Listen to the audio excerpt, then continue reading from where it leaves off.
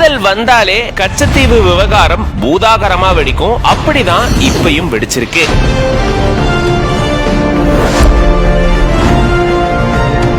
இது ஒரு பக்கம் இருந்தாலும் இப்போ வெஸ்ட் பேங்க் தீவு அப்படின்ற இத பத்தின பேச்சும் அதிகமா இருக்கு.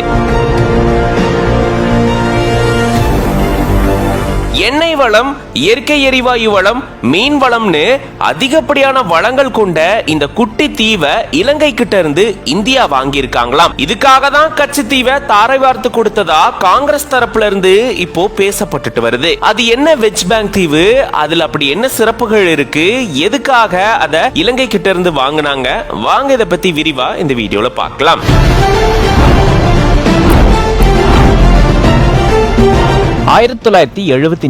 இலங்கைக்கு தமிழ்நாட்டுக்கு சொந்தமான கச்சத்தீவு கொடுக்கப்பட்டதுக்கு ஒரு முக்கிய காரணமா அப்போதைய இந்திய அரசு என்ன தெரிவிச்சிருந்தாங்கன்னா, இலங்கை மற்றும் இந்தியாவுடைய எல்லை பகுதியை வகுக்கும் போதுதான் கச்சத்தீவு இலங்கைக்கு போனதாகவும் சொல்லப்பட்டு ஒப்பந்தமும் கையெழுத்தானதா சொல்லப்படுது. ஆனா தேர்தல் வந்துட்டா போதும் இந்த கச்சத்தீவை பத்தி அதிகமா பேச ஆரம்பிச்சிருவாங்க. குறிப்பா எதிர்கட்சிகள் திமுக மேல இப்படி ஒரு குற்றச்சாட்டையும் முன் வச்சு பேச ஆரம்பிச்சிருவாங்க. ஏன்னா இந்த கச்சத்தீவு வழங்கப்பட்ட அந்த காலகட்டத்துல திமுக தான் ஆட்சி செஞ்சிட்டு இருந்தாங்க தமிழ்நாட்டுல. பாஜக பாத்தீங்கன்னா அவங்களுடைய தேர்தல் பிரச்சாரத்துல இந்த பிரச்சனையை பத்தி பேச ஆரம்பிச்சிருந்திருக்காங்க. ஆனா இந்தியாவுடைய பாதுகாப்புக்காக தான் அப்போதைய பிரதமரா இருந்த இந்திரா காந்தி அவர்கள் இந்த மாதிரி செயல்பட்டதாகவும் 1976ஆம் ஆண்டு தமிழக மீனவர்கள் கச்சத்தீவுக்கு போயிட்டு மீன் பிடிக்கலாம், அங்க நடமாடலாம், வலைகளை உலர்த்தலாம், அந்தோனியார் திருவிழாவிலையும் கலந்துக்கலாம்னு இப்படி இதுக்கான உரிமத்துக்கான ஒப்பந்தம் கையெழுத்திட்டதாக சொல்லப்பட்டு வருது. இதெல்லாம் போக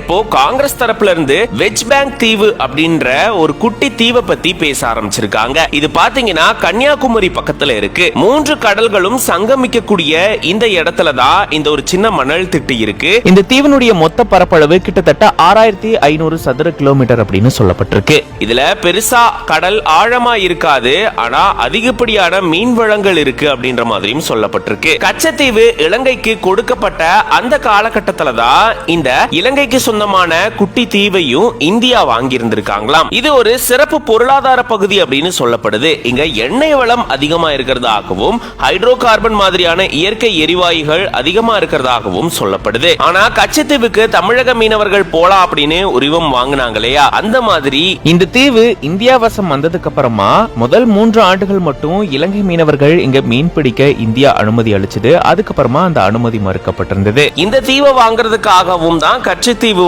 கொடுக்கப்பட்டிருக்கலாம் அப்படின்ற மாதிரியும் இப்போ காங்கிரஸ் தரப்புல இருந்து தெரிவிக்கப்பட்டிருக்கு. இத பத்தி நீங்க என்ன நினைக்கிறீங்க அப்படின்றத கமெண்ட்ஸ்ல சொல்லுங்க.